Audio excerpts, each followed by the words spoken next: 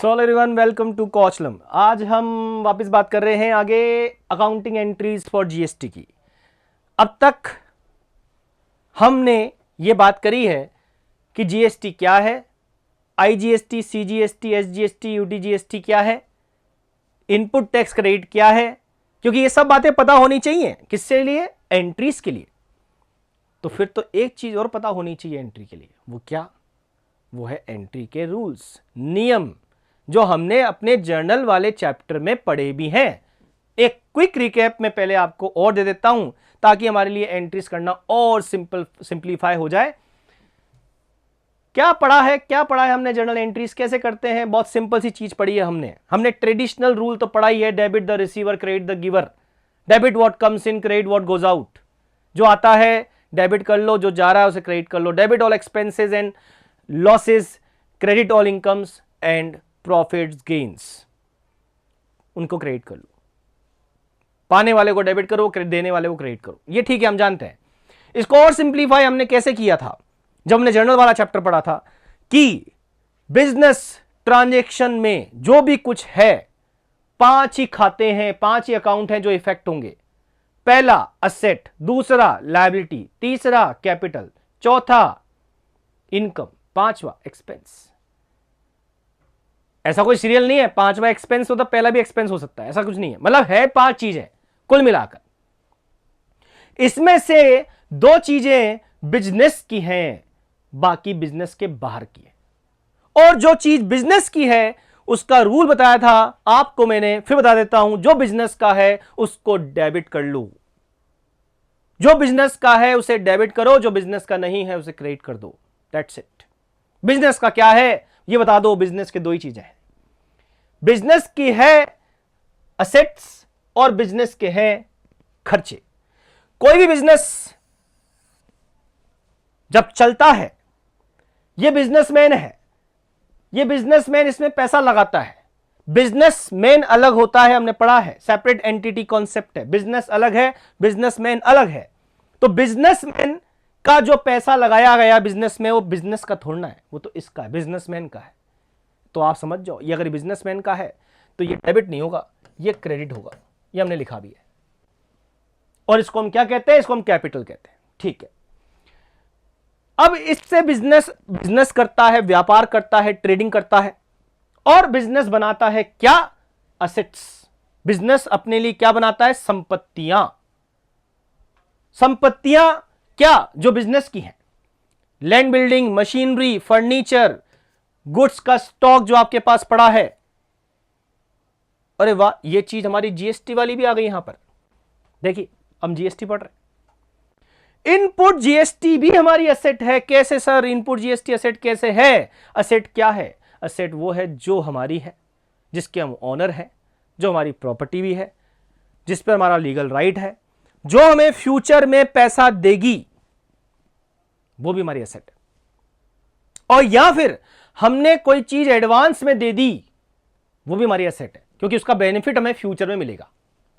तो ये जो जीएसटी हम दे के आ चुके हैं, इनपुट जीएसटी क्या होता है आप समझ सकते हो सब लोग, कि जीएसटी जो हमने परचेज के टाइम पर पे कर दिया, परचेज जो हमने किया गुड्स एंड सर्विसेज का, उस समय जो टैक्स हमने दिया, उस समय जो टैक्स हमने दिया वो इनपुट टैक्स है, ये हमारी एसेट है। तो आप समझ जाओ कि जो टैक्स हम परचेज के समय देंगे असेट है। असेट है तो बिजनेस की है, बिजनेस की है तो जो चीज बिजनेस की है उसको हम क्या करते हैं? डेबिट करते हैं। ये हमने पढ़ा है। तो अब आप समझ गए कि परचेज के समय जो टैक्स हम देकर आएंगे इनपुट जीएसटी, उसको भी हम डेबिट करेंगे, क्योंकि वो हमारी असेट बनती जाएगी। जैसे जैसे हम टैक्स चुकाते जाएंगे हमारी एसेट बनती जाएगी। अब जो बिजनेस का नहीं है, क्या नहीं है? जो टैक्स हमें मिलेगा जब हम माल बेचेंगे, सर्विसेज बेचेंगे, वो हमारी लायबिलिटी है, दायित्व है, कि जो कस्टमर से टैक्स लिया वो हमें वापस चुकाना है। किसको? गवर्नमेंट को। वो हमारा नहीं है। खरीदते समय हम देके आए वो हमारा है, लेकिन कस्टमर से जो लिया वो हम गवर्नमेंट को जमा कराएंगे। कराएंगे, बिल्कुल कराएंगे। तो ये टैक्स हमारा नहीं है, ये गवर्नमेंट का पैसा है, हमारी क्या बनेगी, लायबिलिटी। और जो चीज हमारी नहीं है, बिजनेस की है, बिजनेसमैन की है या बाहर की है, आउटसाइडर्स की है, गवर्नमेंट के आउटसाइडर बिजनेस के लिए, उसको हम सीआर करते हैं। ये बात करीब हमने यहां पे, ये सीआर करते हैं, सीआर करते हैं, सीआर करते हैं, ये इनकम प्रॉफिट गेन्स, ये इनको भी सीआर करते हैं। क्यों? क्योंकि ये भी हमारा नहीं है, बिजनेस ने जो कमाया वो सब बिजनेसमैन ले जाएगा, बिजनेसमैन का है। तो जो बिजनेस का नहीं है वो सीआर करेंगे। इसका मतलब ये देखो, यहां मिल गया हमको आउटपुट जीएसटी एग्जांपल में, ये भी हम क्या करेंगे, सीआर करेंगे, क्रेडिट करेंगे। इसका मतलब जो टैक्स हमें मिलेगा सेल के समय, ये टैक्स कब मिलता है, at the time of sale, time of sale of goods and service के समय जो टैक्स हमें मिलता है उसको हम करते हैं क्या, सीआर। परचेज के समय हम जो देकर आएंगे टैक्स को क्या करेंगे हम, डीआर। अब क्या होगा सर, जब लायबिलिटी बनेगी बाकी की नेट, तब हम चुकाएंगे, तब एंट्री करेंगे। अब आपको समझ में आ जाएगा।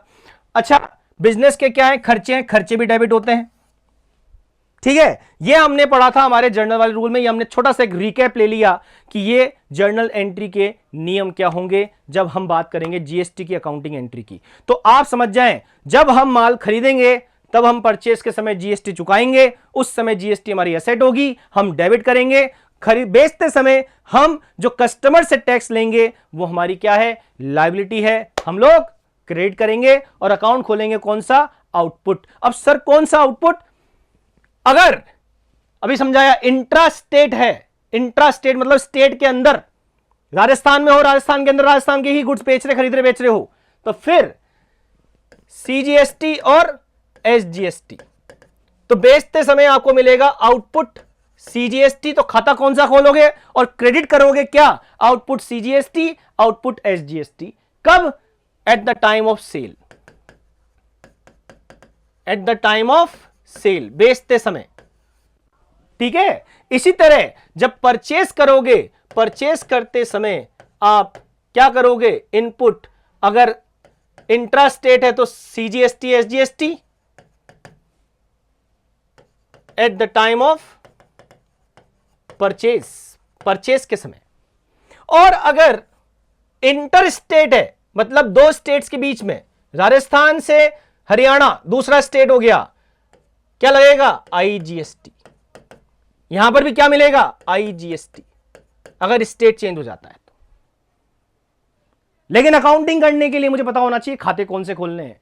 तो खाता मतलब अकाउंट कौन सा खोलोगे, आपको समझ में आ गया होगा। अब जहां पर खरीदने की बात है, इनपुट सीजीएसटी लग रहा है तो सीजीएसटी एसजीएसटी, और अगर आईजीएसटी है तो आईजीएसटी करूंगा मैं डेबिट। बेचते समय जो मुझे मिला करूंगा मैं क्रेडिट, क्योंकि मेरा नहीं है, गवर्नमेंट को जमा कराना है। पूरा जमा कराओगे नहीं, जो हमारे पास परचेज वाला टैक्स पड़ा है, जो हम दे चुके हैं, असेट है हमारी, उस समय हम यूज करेंगे, और फिर उसकी जो अकाउंटिंग एंट्री बनेगी वो हम आपको पढ़ाएंगे। आगे देखते हैं। अब हम बात करने जा रहे हैं जीएसटी की फाइनली एंट्रीज सीखने जा रहे हैं हम, कैसे एंट्रीज होती है। अब तक हमने पढ़ लिया है जीएसटी क्या होता है, जीएसटी क्या टैक्स है, उसका कॉन्सेप्ट क्या है। हमने आईजीएसटी, सीजीएसटी, एसजीएसटी उसके कंपोनेंट्स पढ़ लिए जीएसटी के। इसके बाद हमने थोड़ा सा जर्नल एंट्रीज के बारे में पढ़ा, इनपुट टैक्स क्रेडिट के बारे में पढ़ा, ताकि अब हम लोग तैयार हो सकें उन जीएसटी ट्रांजैक्शंस को रिकॉर्ड करने के लिए। तो चलिए अब हम सीखते हैं रिकॉर्डिंग। एग्जाम्पल से समझते हैं। ये एग्जाम्पल है हमारे पास। इस एग्जाम्पल में आपको जर्नल एंट्री बनानी है, और जितने ट्रांजैक्शन अभी आपके सामने मैं लिख रहा हूं उसमें आपको ये समझना है कि ये जो ट्रांजैक्शंस हैं ये सारे ट्रांजैक्शन इंट्रा स्टेट है। इंट्रा स्टेट का मतलब है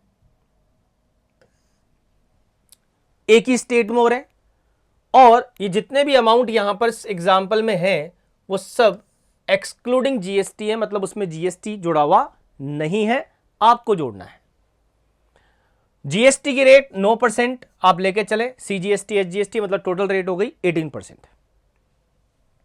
चलिए लेते हैं पहला ट्रांजैक्शन। हमने खरीदा गुड्स, गुड्स मतलब माल हम खरीद रहे हैं जिसमें हम ट्रेडिंग कर रहे हैं, और वो माल 2 लाख रुपए का है। लोकली मतलब हमने जहां हम स्टेट, जिस स्टेट में है उसी स्टेट से हमने माल खरीदा है। तो यहां पर जब हम लोकली खरीद रहे हैं तो आईजीएसटी लगेगी, सीजीएसटी या एचजीएसटी तो हमने पढ़ा था। अगर हम ये इंट्रा स्टेट ट्रांजेक्शन है, एक ही स्टेट के अंदर हो रहा है, तो वहां पर सीजीएसटी और एसजीएसटी एप्लीकेबल होगा, आईजीएसटी नहीं लगेगा। नाउ जब हम गुड्स खरीदते हैं, हमारे पास गुड्स आ रहा है, स्टॉक बढ़ रहा है, असेट बढ़ रही है, क्या करेंगे इसको हम? जो माल आ रहा है वो हमारा है, जो चीज आती है डेबिट करते हैं बिजनेस में जब भी आती है, और जब स्टॉक आता है तब भी हम डेबिट करते हैं, क्योंकि वो स्टॉक असेट है हमारी, असेट बढ़ रही है, डेबिट करेंगे। इसीलिए परचेज को हम डेबिट करेंगे। सिंपल, परचेज जितने का किया है ट्रांजैक्शन अमाउंट, गुड्स का अमाउंट उतने से ही करेंगे, जीएसटी को अलग से डेबिट करेंगे। अच्छा, अब जो 2 लाख का आपने गुड्स खरीदा है, यूं समझिए ये 2 लाख रुपए आपके ट्रांजैक्शन वैल्यू है। अब इसमें जीएसटी ऐड होगा, सीजीएसटी और एसजीएसटी, क्योंकि ये ट्रांजैक्शन इंट्रा स्टेट है। 9% ये है, 9% ये है। 2 लाख का 9% कितना हो गया? 2 लाख का 9% हो गया 18,000। टोटल हो गया 36,000। तो कुल मिलाकर 2,36,000, 2,36,000 का ये बिल बन जाएगा। ठीक है, तो अब इसकी एंट्री क्या करेंगे हम कि हमारे पास गुड्स आ रहा है, हम परचेज को डेबिट करेंगे। जो जीएसटी हम परचेज पर चुका रहे हैं, अभी इस बिल में जो जीएसटी हमको चुकानी पड़ेगी, ये हमारी असेट है। ये बात हम सीख चुके हैं। क्यों असेट है? क्योंकि हमको ये जीएसटी वापस मिल जाएगी, क्रेडिट मिल जाएगी, जब ये माल हम आगे कस्टमर को बेचेंगे और उससे जीएसटी लेंगे। तो जो जीएसटी हम उससे लेंगे और जो जीएसटी हम ऑलरेडी कस्टमर या परचेज के समय दे चुके हैं, वो माइनस करके रिमेनिंग जो टैक्स बचेगा वो हम गवर्नमेंट को जमा करा देंगे।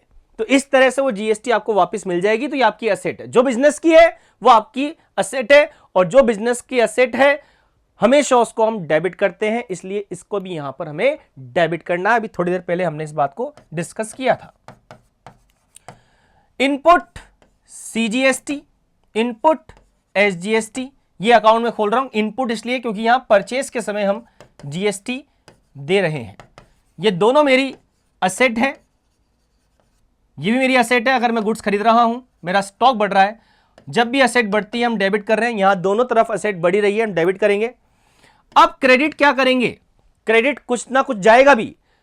गुड्स आ गया, टैक्स देना पड़ गया 18,000 का। ठीक है, कई लोग समझते हैं हमारा टैक्स खर्चा हो गया। नहीं, खर्चा नहीं है, ये आपकी असेट बन गई। ये टैक्स आपने एक तरीके से एडवांस में जमा करा दिया है, और ये टैक्स आपको वापस मिलेगा जब ये माल आप बेचोगे। कस्टमर से ले लेना आप, गवर्नमेंट ने बोला आप चिंता मत करो, ये टैक्स आप कस्टमर से ले लेना। अभी हमको आप दे दो। कैसे दोगे? डायरेक्ट नहीं, इनडायरेक्ट टैक्स है जीएसटी। तो आप जिससे खरीद रहे हो उसको दे दो, वो हमको जमा करा देगा। आप कस्टमर से ले लेना, आपके पास वो अमाउंट वापस आ जाएगा, डोंट वरी। ठीक है, अब हम ये टैक्स चुकाएंगे, ये बिल चुकाएंगे, पैसा जाएगा, हमारा बैंक बैलेंस कम होगा। बैंक बैलेंस हमारी असेट है, असेट बिजनेस की है, जो बिजनेस का है वो डेबिट होता है। लेकिन सर आप तो यहां क्रेडिट कर रहे हो, क्योंकि डेबिट अगर बढ़ रहा है तो डेबिट करूंगा मैं, लेकिन कम हो रहा है तो क्रेडिट करूंगा मैं। मतलब बैंक बैलेंस मेरा कम होगा जब मैं पेमेंट करूंगा, तो बैंक बैलेंस कम होगा, क्रेडिट करूंगा। दूसरा logic, debit the receiver, credit the giver. यहां गिवर कौन है? गिवर है मेरा बैंक, इसलिए मैं इसको क्रेडिट करूंगा। सो ये असेट मेरी यहां पर कम हो रही है, बैंक बैलेंस मेरा कम हो रहा है, इसलिए मैं क्रेडिट कर रहा हूं। वैसे तो असेट डेबिट होती है। तो कुल मिलाकर 2,36,000 रुपए मैं चुकाऊंगा। ये मेरी एंट्री हो गई। This is the entry when we purchase the goods at the time of purchase और at the time where the transaction is intra state.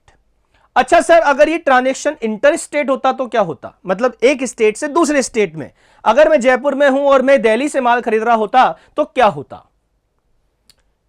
हम एक टैक्स देते हैं वहां पर, टोटल 18%, और उसको हम क्या बोलते? आईजीएसटी। तो इन दो अकाउंट की जगह एक ही अकाउंट खुलता, input IGST account DR.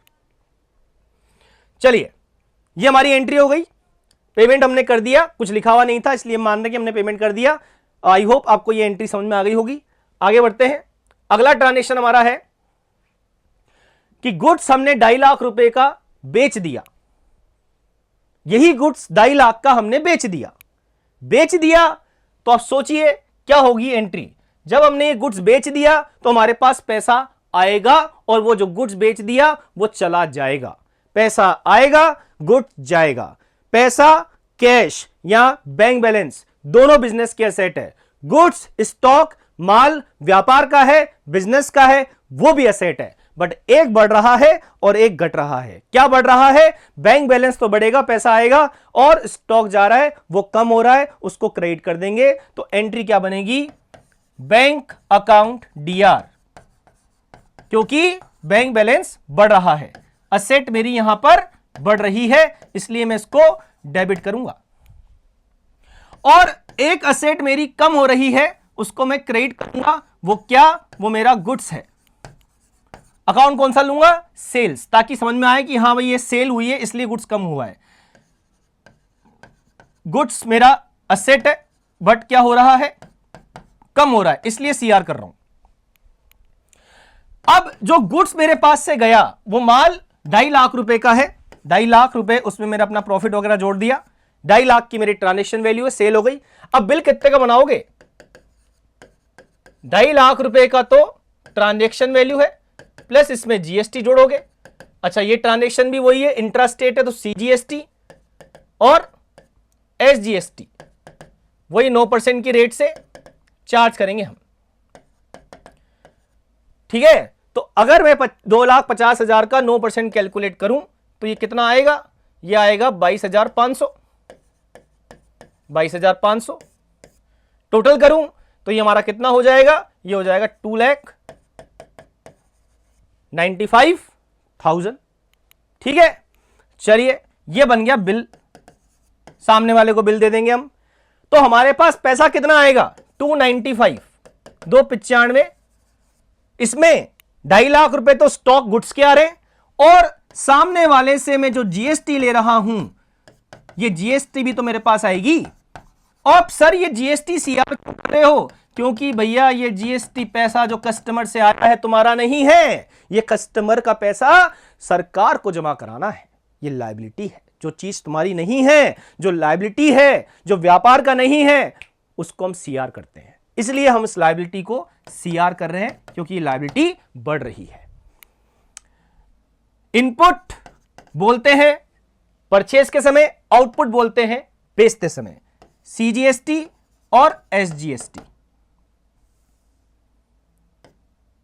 SGST कितना कितना? 22,500, 22,500 खत्म। इस तरह से हमारी ये एंट्री कंप्लीट होगी सेल करते समय। बहुत सिंपल है, आपको इस तरह से एंट्री बनानी है, परचेज की, सेल की। अरे बिजनेस में, व्यापार में 95% ट्रांजैक्शन क्या है? परचेज सेल की तो होते हैं। उनके जीएसटी की एंट्रीज भी ऐसे बनानी है। अभी हम आपको ये नहीं सिखा रहे कि इसमें सेट ऑफ कैसे होगा, जीएसटी की लायबिलिटी कैसे निकलेगी। अभी हमारा एग्जांपल पूरा होगा, आपको समझ में आएगा। अच्छा, इसके बाद हमने एक खर्चा भी किया है, क्योंकि ये तो गुड्स हो गया, ये भी गुड्स हो गया, ये सर्विस है।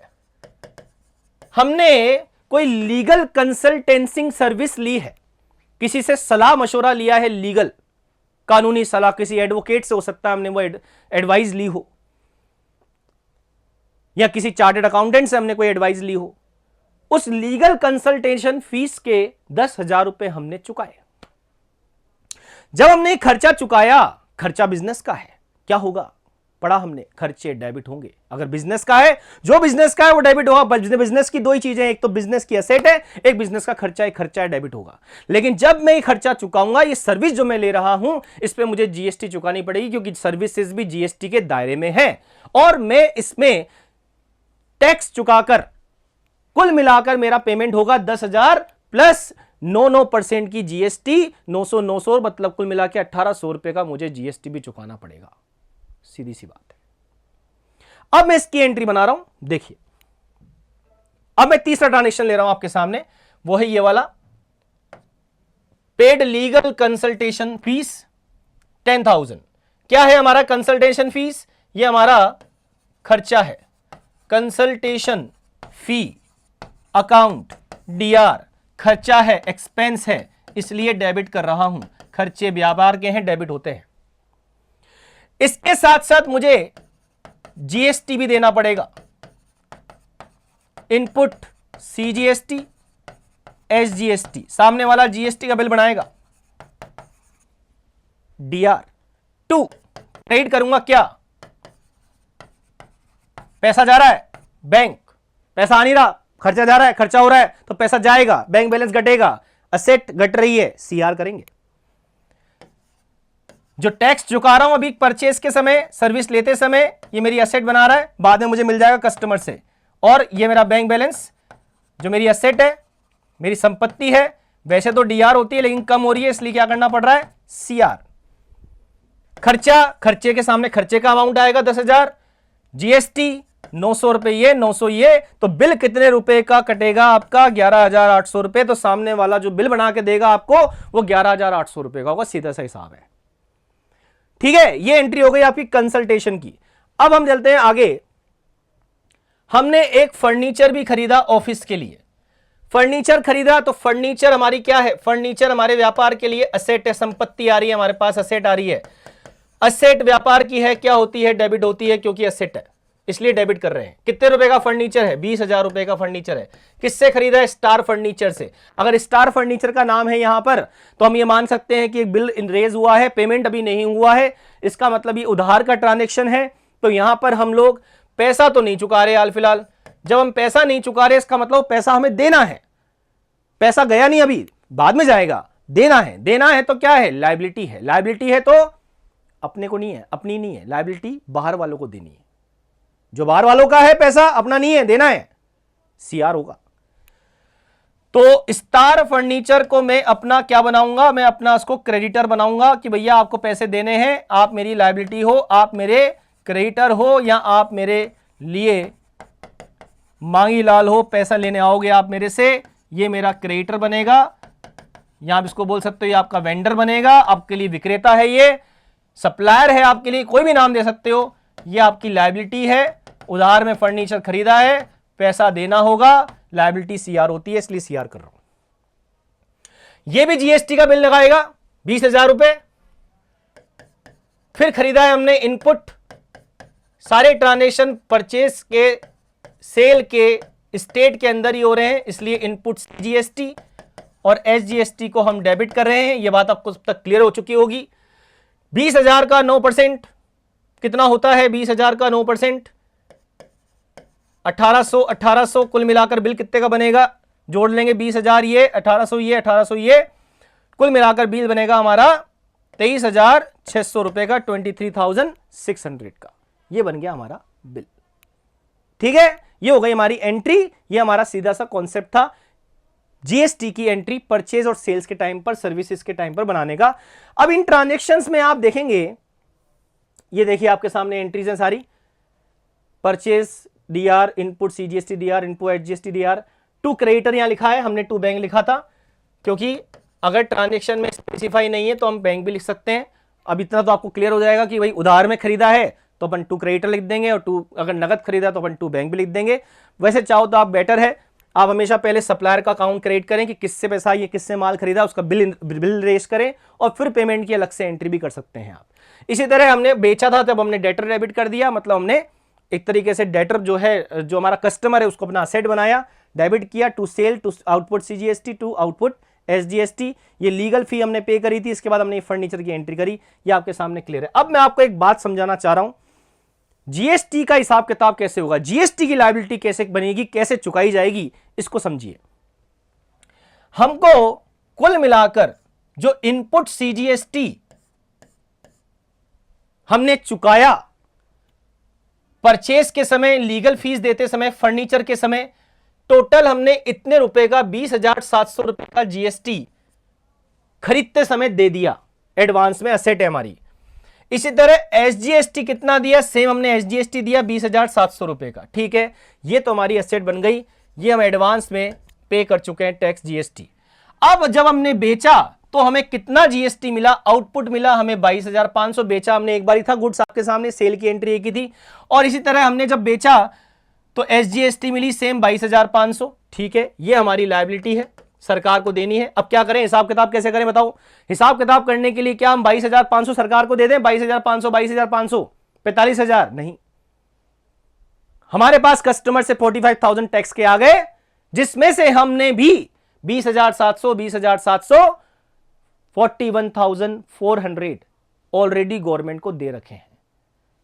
तो हमारी लायबिलिटी बाकी जो बचा ना उतनी बनेगी। कितनी बनेगी देखिए, सीजीएसटी अगर मैं बात करूं सीजीएसटी की, तो सीजीएसटी के मेरे पास 22,500 रुपए आउटपुट जीएसटी चुकाने लायबिलिटी है, लेकिन परचेज के समय में पहले ही 20,700 रुपए दे चुका था। असेट है 1,800 रुपए नेट मैं गवर्नमेंट को जमा कराऊंगा। इसी तरह आता हूं मैं एसजीएसटी की बात करता हूं, 22,500 रुपए ये मुझे आउटपुट के मिले थे सेल करते समय, 20,700 में परचेज के समय दे चुका था ऑलरेडी, 1,800 रुपए मुझे और सरकार को जमा कराने हैं। अब मैं इसकी एंट्री करूंगा। अब एंट्री समझिए, एंट्री का लॉजिक है कि जो आउटपुट सीजीएसटी और आउटपुट एसजीएसटी खाते अकाउंट मैंने जो खोल रखे मेरी बुक्स में, अभी मैंने यहां पर क्रेडिट किए थे आपके सामने, अब मैं उन्हें डेबिट करूंगा, क्योंकि भाई हिसाब किताब करने जा रहा हूं। अगर मैं उन खातों को, उन अकाउंट्स को बंद नहीं करूंगा तो खाते खुले रहेंगे और वो दिखाएंगे कि भैया ये लायबिलिटी है, सरकार को जमा करानी। मैं कर रहा हूं ना, इस सेट ऑफ मैं कर रहा हूं ना, जमा करा रहा हूं ना, तो अब मैं इस लायबिलिटी को खत्म करूंगा। भैया अब मेरी लायबिलिटी नहीं है, अब मैं सरकार के साथ हिसाब किताब कर रहा हूं। तो यहां ये मेरी लायबिलिटी खत्म हो गई। लायबिलिटी सीआर होती है, इसलिए अब मैं इसको डीआर कर रहा हूं, क्योंकि लायबिलिटी होती तो सीआर है, लेकिन यहां लायबिलिटी अब खत्म होने जा रही है। जो लायबिलिटी है बढ़े तो सीआर करो, कम हो जाए तो उसको डीआर कर दो, ठीक है। इसी तरह ये जो इनपुट सीजीएसटी और एसजीएसटी था, ये मेरी एसेट थी। ये पैसा मैं सरकार को पहले देके आ चुका था। एसेट को हम डेबिट करते हैं, लेकिन अब ये एसेट खत्म हो रही है, अब मेरी एसेट तो ना रही है। अब गवर्नमेंट बोलेगी अब कहीं की एसेट है तुम्हारी भाई, अब तो तुम्हारा जो पैसा है जो तुम दे चुके हो, वो जो तुम कस्टमर से ले चुके हो, उसमें सेट ऑफ कर रहे हैं हम, एडजस्ट कर रहे हैं हम कि भाई इतने रुपए तो आपको देने हैं, इतने रुपए तुम पहले से दे चुके हो, ठीक है। अब हमारी एसेट नहीं है, तो हमारी बुक्स में जो हमने इनपुट अकाउंट डेबिट किया था सीजीएसटी एसजीएसटी का, उसको हमने डेबिट कर रखा है, उसको हम क्या कर देंगे, क्रेडिट कर देंगे। कर दिया, वो खाते बंद। अब डेबिट क्रेडिट करने के बाद जो डिफरेंस है वो क्या है, वो डिफरेंस है 45,000 रुपए का टैक्स आया था बेचने पर, 41,400 का टैक्स दे चुके थे हम ऑलरेडी परचेज के समय, इतने का टैक्स बाकी बचा, चुका दो। चुकाओगे तो क्या करोगे, कैसे जमा कराओगे, मैं आपको बता दूं। पैसा जीएसटी का चुकाने के लिए जीएसटी पोर्टल पे जाकर वहां एक इलेक्ट्रॉनिक कैश लेजर होती है, उसी का अकाउंट मैंने यहां खोला है। उस इलेक्ट्रॉनिक कैश लेजर में जाकर पहले आपको 3,600 रुपए कैश जमा कराना पड़ेगा। जमा कराने के बाद आपके अकाउंट से नेट बैंकिंग से आप चालान क्रिएट करके बैंक में भी जमा करा सकते हो। 3,600 रुपए पहले आपके अकाउंट में क्रेडिट होंगे वहां पर आपके पोर्टल पर कि भैया इस पार्टी के इतने रुपए यहां आ गए। अब आप उस पैसे को यूज कर सकते हो अपनी इस लायबिलिटी को चुकाने के लिए। ये सारी बातें हमने अपने जीएसटी के चैप्टर्स में, जीएसटी के कंटेंट में, हाउ टू पे जीएसटी लायबिलिटी, उसमें आपको पढ़ाया है। वहां जाकर भी आपको क्लियर हो जाएगा कि ये पैसा हम लोग, अभी मैं यहां पे लिख सकता हूं टू बैंक, गलत नहीं है, लेकिन मैंने ये पैसा पहले कहां जमा कराया, पहले इलेक्ट्रॉनिक कैश लेजर में कराया। तो इलेक्ट्रॉनिक कैश लेजर अकाउंट दिया टू बैंक, फिर उस इलेक्ट्रॉनिक कैश लेजर से मैंने ये पैसा जमा कराया। बट ये भी तो हो सकता है कि इलेक्ट्रॉनिक कैश लेजर जो जीएसटी पोर्टल पे आपका अकाउंट खुला हुआ है, जिसमें आपके पास पैसा मान लो पहले से पड़ा हो, तो आप इसको यूज कर सकते हो चुकाने के लिए, ठीक है। तो आपके पास अगर वहां पैसा पड़ा है तो आप इसको यूज कर लो, टू इलेक्ट्रॉनिक कैश लेजर कर लो। नहीं सर मैंने तो जमा कराया है फिर पैसा चुकाया है, तो टू बैंक कर लो। बात एक ही है, पैसा जा रहा है आपकी, कुल मिलाकर बैंक बैलेंस कम होगा, सीआर हो जाएगा, ये आपकी एंट्री हो जाएगी। तो इस तरह से हम जीएसटी का सेटलमेंट करते हैं। ये जो एंट्री हुई है सेटलमेंट की एंट्री है, लायबिलिटी खत्म हो गई हमारी, अब जीएसटी का हिसाब किताब क्लियर यहां तक का, ठीक है। अब अगर यही ट्रांजैक्शन में इंटर स्टेट कर दूं तो क्या फर्क पड़ जाएगा। अब मुझे आपको इतना डिटेल सिखाने की जरूरत नहीं है। अगर ये इंटर स्टेट ट्रांजैक्शन हो जाए वही परचेज सेल के, तो होगा क्या, होगा ये कि जहां हम सीजीएसटी और एसजीएसटी अकाउंट खोल रहे थे वहां पर हम आईजीएसटी अकाउंट खोलेंगे। दैट इज, इतना तो हमारा डिफरेंस आएगा, इसके अलावा कोई फर्क नहीं आने वाला।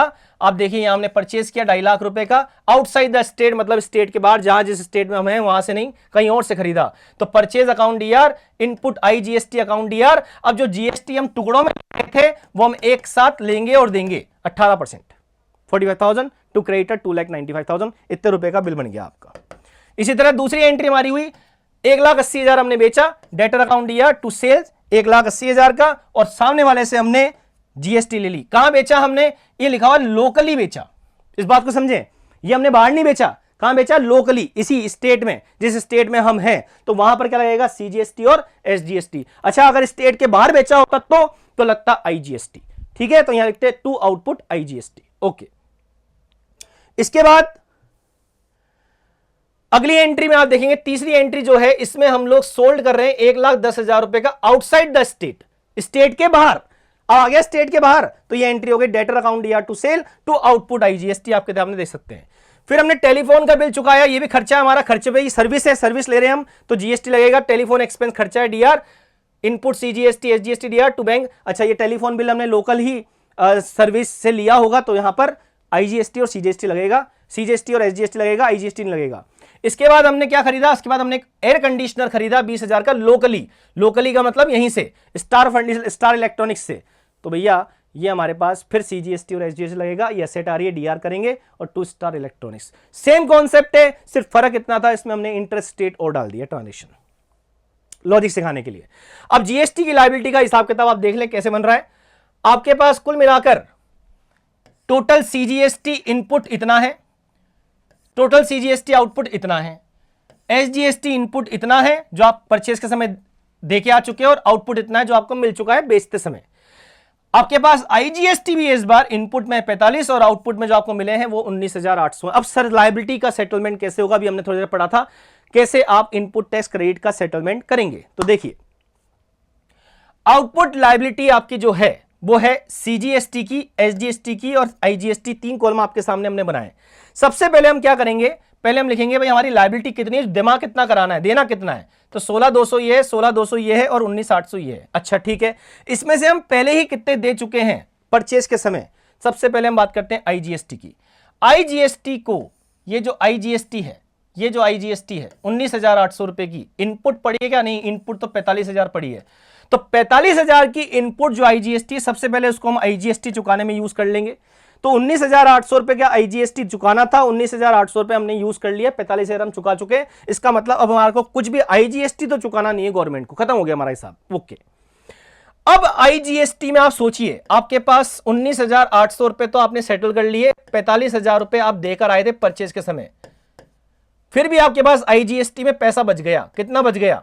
ये 2, ये 14 में से गए 9, 5, ये हो गया 3 में से 1 गया 2। आपके पास अभी भी 25,200 रुपए बैलेंस है, किसका? इनपुट आईजीएसटी का, इसका ध्यान रखना। ओके, अब इस इनपुट आईजीएसटी को आप कहां यूज कर सकते हो? इसको आप सीजीएसटी देने में भी यूज कर सकते हो, इसको आप एसजीएसटी देने में भी यूज कर सकते हो। ये भी हमने थोड़ी देर पहले डिस्कस किया था, how to avail input tax credit में। ओके, अब आप बात करते हैं सीजीएसटी की। सीजीएसटी हमारे पास लायबिलिटी हमारी कितनी है? जो आउटपुट हमको मिला है वो 16,200 है, लेकिन हम परचेज के समय कितना इनपुट लेकर आ चुके हैं? वो हमारे पास 2430 रुपए है। तो सबसे पहले हमने 2430 रुपए सीजीएसटी के यूज कर लिए, ठीक है, और आईजीएसटी के भी पैसे हमने यूज कर लिए। आईजीएसटी भी यूज कर लिया, पहले तो ये यूज कर लिया सीजीएसटी, उसके बाद आईजीएसटी यूज कर लिया। इसी तरह एसजीएसटी हमारे पास कितना है देने के लिए? 16,200 रुपए, और हमने दिया कितना है इनपुट एसजीएसटी का? ये दिया है हमने 2430 रुपए सेम। तो दोनों का इनपुट यूज हो गया। इनपुट यूज होने के बाद अब 25,200 मेरे पास पड़े हैं, तो 25,200 में से मैंने सबसे पहले 13,770 जो एसजीएसटी कम पड़ रहा था वो चुकाने के लिए दे दिया। ये बैलेंस इन फिगर जो बच रहा था ये चुकाने के लिए मैंने आईजीएसटी यूज कर लिया। इसके बाद रिमेनिंग जो मेरे पास बचा, मेरे पास अब बचे 11,430, ये चुकाया गया, मैंने ये यूज कर लिया मैंने क्या चुकाने के लिए? एसजीएसटी। ऐसा कोई ऑर्डर प्रिस्क्राइब नहीं है, आप एसजीएसटी भी पहले यूज कर सकते हो चुकाने के लिए, फिर सीजीएसटी यूज कर सकते हो। हमने पहले सीजीएसटी कर लिया, फिर एसजीएसटी चुकाने के लिए कर लिया। अब आप देखो हमारे पास 16,200 का एसजीएसटी में चुकाना था, 11,430 रुपए तो हमने आईजीएसटी के यूज कर लिए, ठीक है। इसके बाद हमारे पास 2430 रुपए खुद वहां पड़े थे, अभी भी एसजीएसटी में पड़े थे, अभी भी हमारे पास 2340 रुपए बाकी रह गए। ये 2340 रुपए अब आपको कैश में चुकाने पड़ेंगे, क्योंकि अब आपके पास और कोई क्रेडिट अवेलेबल ही नहीं है, क्योंकि आपके पास एसजीएसटी चुकाने के लिए जो था इनपुट वो पूरा यूज कर चुकी हो। जबकि एसजीएसटी में देखो आप पूरा हिसाब किताब क्लियर हो गया, एसजीएसटी क्लियर है, सीजीएसटी क्लियर है, आपको नहीं चुकाना, आईजीएसटी क्लियर है, आपको नहीं चुकाना, एसजीएसटी बाकी है। ये चुकाएंगे हम कैसे? वैसे ही जैसे भी हमने बात करी थी, गवर्नमेंट के इलेक्ट्रॉनिक लेजर अकाउंट में ये पैसा चुकाएंगे। ये आपके सामने एंट्री हो जाएगी, आप देखें एंट्री है आउटपुट सीजीएसटी से। सबसे पहले हमने सीजीएसटी की लायबिलिटी जो थी 16,200, उसको हमने सेट ऑफ किया इनपुट सीजीएसटी से 2430 और इनपुट एसजीएसटी से 13,770। ये आउटपुट सीजीएसटी का काम खत्म। अब हम आते हैं, बात करते हैं हम आईजीएसटी के ले लो। चलो पहले आउटपुट आईजीएसटी हमारे पास इतना था, इनपुट आईजीएसटी इतना ही था, इसको हमने वहां यूज कर लिया, आईजीएसटी का काम खत्म। अब एसजीएसटी में इतना देना था, इसमें से हमने देना तो हमें 1600 समथिंग, 16,000 समथिंग था, कितना था? 16,200 रुपए। इसमें से एसजीएसटी के 13,860 रुपए हमने यूज करे, किससे? इसके इनपुट से खुद के और आईजीएसटी के इनपुट से। अभी भी हमारे पास 2340 रुपए बच गए, तो हम लोग यहां चुकाएंगे, एंट्री करेंगे output CGST account DR to वही इलेक्ट्रॉनिक कैश लेजर अकाउंट। ठीक है, ये आपकी हो गई सेट ऑफ की एंट्री। अब आते हैं, बात करते हैं, मान लो अगर हम लोग एग्जेम्प्ट सप्लाई कर रहे हैं, मतलब हम ऐसे गुड्स की सप्लाई कर रहे हैं जिस पे जीएसटी नहीं लगता, या सर हम मान लो ऐसे सप्लायर हैं जो रजिस्टर्ड नहीं है, तो हम क्या करेंगे? हम जीएसटी लेंगे नहीं। तो जीएसटी जब लेंगे ही नहीं तो उसकी एंट्री भी नहीं करेंगे। मान लो हम लोग जो परचेस कर रहे हैं, हमने जब माल खरीदा तब तो हमसे सप्लायर ने टैक्स लिया, लेकिन हम रजिस्टर्ड नहीं है, तो हम एंट्री कैसे करेंगे? तो भाई तुम्हारे लिए सीधी सी एंट्री है, जब हम खरीदेंगे परचेज अकाउंट डेबिट कर दो और टू कैश या टू वेंडर जो भी आपका है उसको आप क्रेडिट कर दो, लायबिलिटी बना रहे हो तो। मतलब आप इनपुट जीएसटी जो भी है, सीजीएसटी, आईजीएसटी, एसजीएसटी जो भी है, उसका अकाउंट डेबिट नहीं कर सकते। क्यों नहीं कर सकते? आपको क्रेडिट नहीं मिलेगी, क्योंकि आप एक रजिस्टर्ड सेलर वेंडर नहीं है, नहीं है, नहीं है। इसका मतलब अगर मान लो मैंने किसी से 50,000 का माल खरीदा, सामने वाले ने मुझसे जीएसटी के भी 18% जीएसटी ले ली, चलो कोई दिक्कत नहीं है, 18% जीएसटी ले ली, तो कितना हो गया हमारे पास? अगर ये 18% हम निकालें 50,000, तो 50,000 का 18% लमता हो गया 9,000 रुपए। तो हमसे उसने 59,000 ले लिए। अब सर मैं एंट्री कैसे बनाऊंगा? तो भैया आप purchase account DR to cash to bank जो भी है या टू वेंडर 59,000 से एंट्री करोगे। ये टैक्स आप अलग से डेबिट नहीं करोगे। अब ये जो टैक्स है ये आपके लिए लागत का हिस्सा बन गया, आपकी कॉस्ट का हिस्सा बन गया, क्योंकि ये आपको टैक्स वापस नहीं मिलेगा। ठीक है, सो आज हमने जो एंट्री सीखी है ये आपको क्लियर होंगी। और भी कुछ बातें हैं जो हम आपको सिखाएंगे आगे, टैली के साथ भी हम एंट्रीज को बताएंगे आपको कैसे एंट्रीज हमें करनी है। आज हम पढ़ने जा रहे हैं बहुत ही इंटरेस्टिंग टॉपिक जिसका नाम है टीडीएस। बहुत बार सुना होगा आपने टीडीएस के बारे में, और कई लोग परेशान भी रहते हैं टीडीएस क्या है। और ये टीडीएस इतना सुना है आपने कि कटता है, और जब किसी का कटता है तो बड़ा परेशान होता है। लेकिन आज का लेक्चर आप सुनने के बाद आपको पता चलेगा कि परेशान नहीं होना, ठीक है, क्योंकि टीडीएस और कुछ नहीं है, आपका एक तरीके से एडवांस टैक्स है, नथिंग एल्स।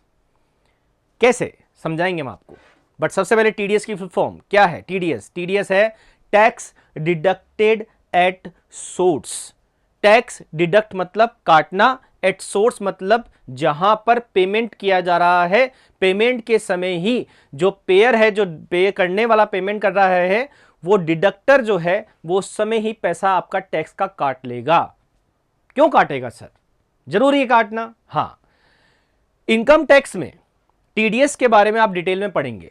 हम अकाउंट्स में टीडीएस की जर्नल एंट्री पढ़ने आए हैं आज। टीडीएस की जर्नल एंट्री पढ़ने से पहले मैं आपको थोड़ा सा टीडीएस का इंट्रोडक्शन दे रहा हूं। टीडीएस जब गवर्नमेंट ने देखा कि भाई हमें टैक्स से ही पूरा देश चलाना है, हमारी इनकम का मेन सोर्स क्या है? टैक्स है। अब टैक्स आदमी क्या करता है? इनकम कमाता है साल भर और फिर उसके बाद उस पर टैक्स देता है। कब? साल के एंड में, तब जाकर गवर्नमेंट को टैक्स मिलेगा। तो गवर्नमेंट ने एडवांस टैक्स और टीडीएस दो कॉन्सेप्ट डाल दिए। एडवांस टैक्स की लायबिलिटी तब आती है जब 10,000 से ऊपर आपका टैक्स बनता है, और टीडीएस की लायबिलिटी उस बंदे पर डाल दी जो कि किसी पेमेंट को कर रहा है, जो स्पेसिफाइड पेमेंट है जिन पर टीडीएस डिडक्ट होता है। जैसे स्पेसिफाइड पेमेंट है सैलरी। अगर आप आपके एम्प्लॉय को सैलरी दे रहे हो और सैलरी का अमाउंट अगर 2.5 लाख रुपए जो कि एग्जम्पशन लिमिट है, अभी 2.5 लाख है, बाद में 5 लाख हो जाए, बाद में 10 लाख हो जाए, जो भी हो जाए, उस लिमिट से ऊपर अगर आप सामने वाले को, अपने एम्प्लॉय को सैलरी दे रहे हो, तो आपको उस सैलरी में से उसका टैक्स डिडक्ट कर लेना है। टैक्स डिडक्ट करके काट के गवर्नमेंट को जमा करा देना है। इससे गवर्नमेंट के पास इनकम का सोर्स आएगा। ठीक है, अब जो इनकम का सोर्स आएगा गवर्नमेंट उससे अपने खर्चे चलाएगी। अब सर अगर मैं टीडीएस काटता हूं सैलरी पर, तो हम पढ़ रहे हैं एंट्री क्या होगी, टीडीएस की रेट्स क्या है, वो हमने इनकम टैक्स में टीडीएस कॉन्सेप्ट, टीडीएस पूरा कवर किया है। वो आप रिलेवेंट कंटेंट इनकम टैक्स में जरूर देखिएगा डिटेल से, क्योंकि है तो अकाउंटेंट के काम का ही काम सारा ये।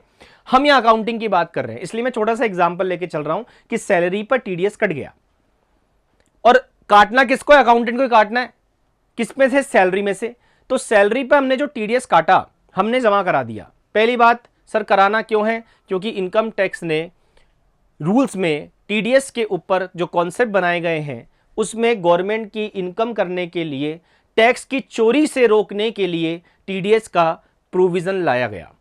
होता क्या है, आपने किसी को पेमेंट कर दिया, अब सामने वाला उस टैक्स को जमा कराएगा कि नहीं कराएगा, तो आपके लिए प्रॉब्लम यह है कि अगर टैक्स जमा नहीं कराता वो, तो गवर्नमेंट को टैक्स का लॉस होता है। तो इसलिए गवर्नमेंट ने टीडीएस का कॉन्सेप्ट डाल दिया कि जो उस पेमेंट को कर रहा है वो उसी समय उस आदमी का, उस सामने वाले का टैक्स काट ले और हमको जमा करा दे।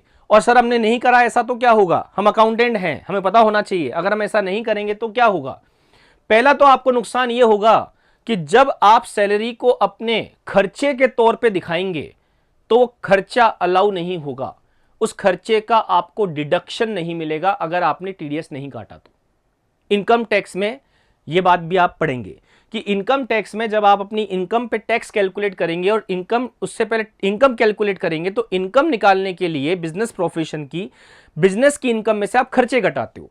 तो खर्चे, सैलरी भी एक खर्चा है, अब आपने उस पर टीडीएस नहीं काटा तो आपको वो खर्चा अलाउ नहीं किया जाएगा घटाने के लिए। इससे क्या होगा, आपकी इनकम बढ़ेगी, इनकम बढ़ेगी तो आपके ऊपर टैक्स का बर्डन बढ़ेगा। इसलिए भाई हमें करना क्या है, हमें पैसा देना है, कुछ इंप्लॉय को दे दिया, कुछ गवर्नमेंट को दे दिया, जो टैक्स का अमाउंट है वो गवर्नमेंट को दे दिया, बाकी इंप्लॉय को दे दिया, एटलीस्ट हमें तो खर्चे का डिडक्शन मिलेगा। तो इन जो कंपनीज हैं जिन पर टैक्स के जो पेमेंट कर रहे हैं सैलरी का, या मैं केवल सैलरी की बात नहीं कर रहा, रेंट भी है, कमीशन भी है, प्रोफेशनल सर्विसेज है, इंटरेस्ट है, इन सब पर टीडीएस कटता है। ठीक है, तो अब यहां पर समझने वाली बात यह थी पहले कि अगर हम टीडीएस नहीं काटेंगे तो क्या होगा, आपको उस खर्चे का डिडक्शन नहीं मिलेगा जो जिसको टीडीएस काटना था, अगर उसने टीडीएस नहीं काटा। दूसरा, फिर आपके ऊपर इंटरेस्ट की पेनल्टीज हैं, इसके अलावा पेनल्टीज लग जाएंगी, इंटरेस्ट लगेगा अगर आप टीडीएस काट के गवर्नमेंट को जमा नहीं कराते हो तो इन सब से बचने के लिए आपको टीडीएस काटना है और उसकी रिटर्न भी फाइल करनी होती है। दूसरी बात, टीडीएस अगर जिसका कटा है, सर उसका क्या प्रॉब्लम है, अब वो क्यों परेशान हो रहा है, वो सोच रहा है मेरा टीडीएस कट गया। जैसे मान लीजिए, मैं आपको एक एग्जांपल और देता हूं इसको समझाने के लिए। केबीसी सीरियल है, उसमें आपने देखा होगा कि जो विनर होता है उसको जो अमाउंट मिलता है, लाइक किसी ने 1 करोड़ रुपए जीते तो 1 करोड़ का पूरा अमाउंट उसको नहीं मिलता, उसमें से टैक्स कट जाएगा। टैक्स की रेट स्पेसिफाइड है, जैसे कैजुअल इनकम है, वो कैजुअल इनकम होती है, इंटेंशनल इनकम होती है, उसको हम लोग 30% टैक्स स्लैब में लेते हैं, 30% टैक्स कट जाएगा। इस पे आपको ज्यादा जोर नहीं देना, ये तो गवर्नमेंट ने टैक्स रेट्स तय कर रखी हैं, आप देख सकते हैं, आप सर्च कर सकते हैं, आप पढ़ सकते हैं। तो 30% टैक्स कट गया। अब 30% मान लो आपका टैक्स कट गया तो आपको रिमेनिंग टैक्स, अपना रिमेनिंग पैसा ही हाथ में मिलेगा। अगर जो सोनी टीवी केबीसी चला रही है, अगर वो पेमेंट करते समय टीडीएस नहीं काटेगी तो क्या होगा, सोनी टीवी को वो 1 करोड़ रुपए जो पेमेंट करना था, वो सारा खर्चा 1 करोड़ रुपए का डिसअलाउ हो जाएगा, खर्चा अलाउ नहीं किया जाएगा, और उससे क्या होगा, सोनी टीवी की जो इनकम होगी वो बढ़ जाएगी, खर्चा नहीं अलाउ होगा तो, और उस पर उनका टैक्स बढ़ जाएगा। उन्हें क्या करना है, 1 करोड़ देना है, 1 करोड़ में से मान लो 30% टीडीएस कट रहा है, तो 30 लाख रुपए सरकार को जमा कराने हैं और 70 लाख रुपए सामने वाले को, जो विनर है उसको पे करने हैं। तो सोनी टीवी के पास से तो 1 करोड़ गए। इसी तरह आप अकाउंटेंट हैं, आप जिस कंपनी में काम करेंगे वहां पर कई ऐसे पेमेंट्स हैं, जैसे रेंट पेमेंट कर रहे हो आप, रेंट पे टीडीएस कटता है। एक सबकी लिमिट तय है कि इस अमाउंट से ऊपर होगा तो टीडीएस कटेगा। प्रोफेशनल फीस पे कर रहे हो आप, टीडीएस कटेगा। सैलरी पे कर रहे हो आप, टीडीएस कटेगा। इंटरेस्ट पे कर रहे हो आप, टीडीएस कटेगा। आप अपने कॉन्ट्रैक्टर्स को पेमेंट कर रहे हो, वहां भी टीडीएस डिडक्ट होगा। तो ऐसे कई पेमेंट्स हैं जहां पर टीडीएस डिडक्ट होगा। अब आगे की बात यह है कि जब टीडीएस डिडक्ट हो गया तो सर इसकी एंट्री कैसे करेंगे। हम अकाउंटेंट हैं, हमें एंट्री भी आनी चाहिए क्योंकि हम उसको रिकॉर्ड करेंगे। टीडीएस की एंट्री सीखने से पहले मैंने आपको टीडीएस का इंट्रोडक्शन दे दिया, आपको समझ में आ गया होगा कि टीडीएस क्या होता है। एक चीज मैं आपको और बता रहा था कि सर जिसका टीडीएस कटता है वो परेशान क्यों हो रहा है, वो समझ रहा है मेरा पैसा चला गया, पैसा कट गया। तो भाई परेशान नहीं हो, आपका जो टैक्स है जो कटा है टीडीएस की तरह, वो पैसा गवर्नमेंट के पास आपका लाइक एडवांस टैक्स जमा हो गया, चिंता ना करें। अब जब आप साल के एंड में अपनी return, income tax return file करेंगे, उसमें आप जब अपनी इनकम का ब्यौरा देंगे कि हमारी इतनी इनकम हुई है साल भर में और इतना टैक्स बनता है, तो जितना टैक्स आपका बनता है उसमें से जो टैक्स आप टीडीएस के तौर पे पहले ही गवर्नमेंट को जमा करा चुके हो, उसका आपको डिडक्शन मिल जाएगा और बाकी का टैक्स आप क्या करोगे, जमा करा दोगे। अगर सर मेरा तो टैक्स ही नहीं बनता था फिर भी टैक्स टीडीएस कट गया, जैसे मान लीजिए आपको बैंक से इंटरेस्ट मिलता है, बैंक ने इंटरेस्ट पर टीडीएस काट लिया, एफडी करा रखी है आपने, अब आपको सिर्फ इंटरेस्ट की इनकम है, दूसरी कोई इनकम होती ही नहीं है, तो आपकी इनकम साल भर में 2.5 लाख से ऊपर नहीं गई, लेकिन इंटरेस्ट पर 40,000 से ऊपर अगर आपकी इनकम कमा रहे हो तो बैंक तो टीडीएस काटेगा। बैंक ने टीडीएस काट दिया, उसके लिए इलाज है, आप फॉर्म 15 फाइल कर सकते हो, बट आपको उसमें नहीं पढ़ना। आप तो ये मान लीजिए टीडीएस कट गया, अब आप क्या करोगे, सर मेरा टीडीएस टैक्स तो बनता ही नहीं था जबकि मेरा टैक्स कट गया। तो उसका रास्ता क्या है, इसका रास्ता यह है कि आप एक रिटर्न फाइल करेंगे, अपनी इनकम टैक्स रिटर्न, जिसमें अपनी इनकम का ब्यौरा देंगे, टैक्स बताएंगे, इतना टैक्स बनता है, आप बता रहे हैं आपका टैक्स बनता ही नहीं है, तो आपका टैक्स लायबिलिटी है 0।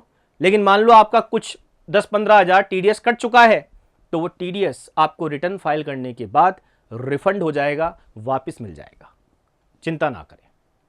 इसलिए कहीं नुकसान नहीं है, लेकिन हां आपको कंपलसरीली रिटर्न तो फाइल करनी पड़ेगी। इनकम टैक्स रिटर्न आपको फाइल इसलिए करनी पड़ेगी क्योंकि गवर्नमेंट को क्या पता कि आपकी इनकम कितनी है, आपकी लायबिलिटी कितनी बनती है, इसलिए आपको बताना पड़ेगा उनको कि भैया हमारी इनकम इतनी है और इतना हमारा टैक्स टीडीएस के तौर पे जमा हो चुका है, अब इतना हमारा बनता है, अगर बनता है तो बाकी का हम और जमा करा देंगे, और नहीं बनता है, ज्यादा टीडीएस कट गया तो हम रिफंड क्लेम कर सकते हैं, ठीक है। बट इसके लिए आपको रिटर्न फाइल करनी होगी। यह तो हो गई बात टीडीएस के इंट्रोडक्शन की कि टीडीएस होता क्या है। अब आप यह बात समझें कि हम जब टीडीएस की अकाउंटिंग की बात कर रहे हैं तो उसका मतलब क्या है कि हम कहीं ना कहीं यह देख रहे हैं कि जो खर्चा है अधिकतर हम पेमेंट करेंगे तभी टीडीएस काटेंगे। टैक्स डिडक्टेड एट सोर्स का मतलब ये है जब आप कहीं भी किसी सोर्स पर पेमेंट कर रहे हैं तो वहां पर आप टैक्स काट लीजिए। अब आप पेमेंट के समय जब टैक्स काटेंगे तब एंट्री क्या करेंगे, जैसे मैंने एग्जांपल दिया, अगर आप रेंट पे कर रहे हैं, सपोज रेंट आपका खर्चा है और मान लीजिए आपने 35,000 रुपए का रेंट चुकाया, खर्चा है तो रेंट को हम डेबिट करते हैं, खर्चों को डेबिट करते हैं, रेंट एक्सपेंस है इसलिए डेबिट होगा, नो डाउट, इसमें कोई दिक्कत नहीं है। अगर हम पूरा टैक्स या रेंट पे कर देते हैं तो हम एंट्री करते हैं टू बैंक 35,000। लेकिन अगर आपके ऊपर टीडीएस की लायबिलिटी आ रही है तो आप 35,000 पे नहीं करेंगे, आप 10%, मान लीजिए टीडीएस की रेट है रेंट पर, वो रेट 10% डिडक्ट कर लीजिए, तो आप 35,000 पे नहीं करेंगे, आप पे करेंगे 3500, तो आप टीडीएस काट लेंगे, टीडीएस ऑन रेंट। अब सर आपने टीडीएस ऑन रेंट को क्रेडिट क्यों किया? क्योंकि ये आपकी क्या बनेगी? लायबिलिटी। पैसा आपका नहीं है, आपने डिडक्ट किया, अब आपको जमा कराना है किसको? सरकार को, गवर्नमेंट को, डिपार्टमेंट को। आपको वहां पैसा जमा करा देना है, तो ये आपकी कराना है। अभी आपने सिर्फ डिडक्ट किया है, कराया नहीं अभी तक जमा, इसलिए आपकी क्या है? लायबिलिटी है। और आपको सिखा दिया मैंने पहले ही, लायबिलिटी व्यापार की नहीं है, बाहर वालों के लिए है। तो जो चीज बाहर की है उसको हम क्रेडिट करते हैं, तो हम लायबिलिटी को क्रेडिट कर देंगे। और रिमेनिंग अमाउंट जो है उससे हम अपने लैंडलॉर्ड जो भी है उसको क्रेडिट कर देंगे कि भाई बाकी अमाउंट उसको देना है।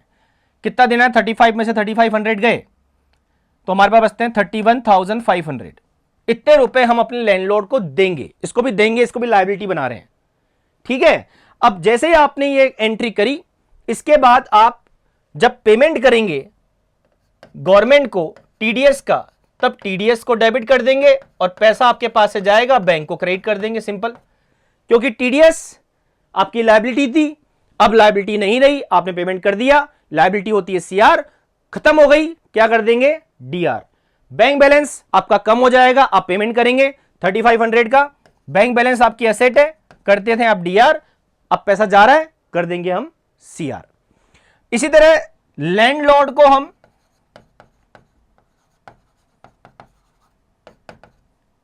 पेमेंट करेंगे, landlord account DR to bank 31,500, और लैंडलॉर्ड जिसको हमने पहले किया सीआर, अब क्या कर देंगे? डीआर, लायबिलिटी इसकी भी खत्म, पैसा गया बैंक सीआर। ये हमारी हो जाएंगी एंट्रीज। ठीक है। यहां हमने एंट्री जो करी, इसमें हमने रेंट को ड्यू करा, पहले एक्सपेंस बनाया अपना, और उसमें से हमने टीडीएस डिडक्ट कर लिया कि भाई इतना टैक्स बनता है, इतना टैक्स काट लो, और ये एंट्री हो जाएगी। इसके बाद हमने ये पेमेंट कर दिया, ये दोनों एंट्री पेमेंट की हैं, एक हमने लैंडलॉर्ड को किया है और एक गवर्नमेंट को किया है।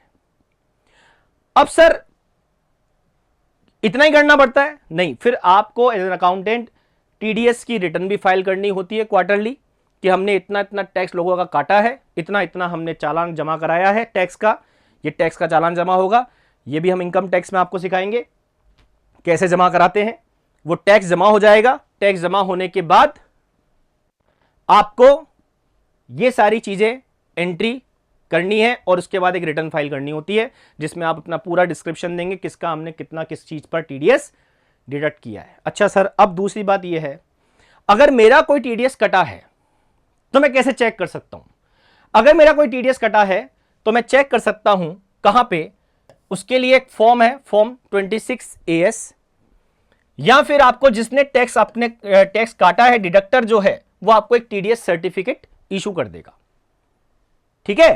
तो टीडीएस सर्टिफिकेट इशू कर देगा, उससे भी आप चेक कर सकते हो, और आप जाकर फॉर्म 26AS, ये आपको अपनी इनकम टैक्स की वेबसाइट पे जब आप लॉगिन करेंगे तो आपके लॉगिन पेज में आपको ये फॉर्म 26AS दिखेगा, वहां से इसको आप क्लिक करके ओपन करके आपकी जो भी टीडीएस वगैरह डिडक्ट हुए हैं उनकी जानकारी ले सकते हैं। ठीक है। तो ये मैंने आपको एंट्री बताई, एंट्री क्या होगी। अब एक एग्जाम्पल से समझते हैं वापस बात को, जो हमने रेंट का एग्जाम्पल लिया, इस एक एग्जाम्पल को और समझते हैं हम। देखिए, मान लीजिए हम कोई प्रोफेशनल फीस चुका रहे हैं, किसी सीए को हमने पेमेंट किया या किसी लॉयर को हमने पेमेंट किया, उसकी कुछ सर्विसेज हमने ली, 10% सपोज टीडीएस की रेट है। अब हमें उसको 20,000 रुपए देने हैं, तो हम उसको 20,000 चुकाएंगे या 10% चुकाएंगे? हाँ, 20,000 चुकाएंगे या 18,000 चुकाएंगे? हम 18,000 चुकाएंगे। क्यों? क्योंकि 20,000 में से 10% मतलब 2,000 तो टैक्स कट जाएगा टीडीएस का, और 18,000 हम उसको पे कर देंगे, 2,000 गवर्नमेंट को पे करेंगे। ठीक है। अब आपको समझ में आ गया होगा यहां तक एंट्री क्या होगी। अब यहां एंट्री को समझें, ये रही आपके सामने एंट्री। पहले हम एंट्री करेंगे कि प्रोफेशनल चार्जेस हमारे एक्सपेंस हैं, हम डेबिट करेंगे 25,000 से, और ये चार्जेस हमें देने हैं किसको? क्रेडिट कर दिया हमने मेसर्स XY एंड एसोसिएट्स को 25,000 देने हैं, लायबिलिटी बना दी हमने। ये हमारा क्या बन गया? क्रेडिटर, जिसको पैसा देना होता है वो हमारा क्रेडिटर है, क्रेडिटर सीआर होगा। अब अगली एंट्री में हमने क्या किया, एक्स वाई एसोसिएट्स को डीआर किया 25,000 और बैंक को हमने सीआर किया 25,000। ये एंट्री हो गई बिना टीडीएस काटे हुए। ये एंट्री हम सीख रहे हैं, अगर टीडीएस एप्लीकेबल नहीं है, भाई हर जगह थोड़ा टीडीएस एप्लीकेबल है, तो जहां टीडीएस एप्लीकेबल नहीं है वहां पर ये आ जाएगा, ठीक है। अब अगर टीडीएस एप्लीकेबल होगा तो क्या एंट्री होगी, ये देखिए जो मैंने आपको सिखाई थी कि प्रोफेशनल फीस हमारा एक्सपेंस है, उसको हम डेबिट कर देंगे 35,000। इसमें से मेसर्स एक्स वाई जो एसोसिएट्स हैं उनको देंगे 31,500 और टीडीएस जो है वो गवर्नमेंट को देंगे 3,500 देंगे। अभी दिया नहीं है, इसको हमने कर दिया ड्यू, लायबिलिटी बन गई हमारी। अब हम पेमेंट करेंगे। जब हम मेसर्स एक्स वाई को पेमेंट करेंगे तब करेंगे डीआर और टू बैंक, ये पैसा गया। अब इसी तरह हम टीडीएस का पेमेंट करेंगे गवर्नमेंट को, तब हम क्या एंट्री करेंगे, तब हम TDS account DR to bank, जैसा मैंने आपको समझाया। तो पहले हम क्रेडिट करके अपनी लायबिलिटी बनाएंगे, भैया हमने टीडीएस काटा है, लेकिन क्योंकि वो टीडीएस हमारा नहीं है, गवर्नमेंट को जमा कराना है, तो जब हम जमा कराएंगे तब हम डेबिट कर देंगे। इस तरह से आपको टीडीएस की एंट्रीज करनी है सिंपली। तो आई होप आपको टीडीएस का लॉजिक समझ में आया होगा, टीडीएस की अकाउंटिंग एंट्री आपको समझ में आई होगी। ठीक है, आज की क्लास में हम इतना ही लेंगे। Thank you.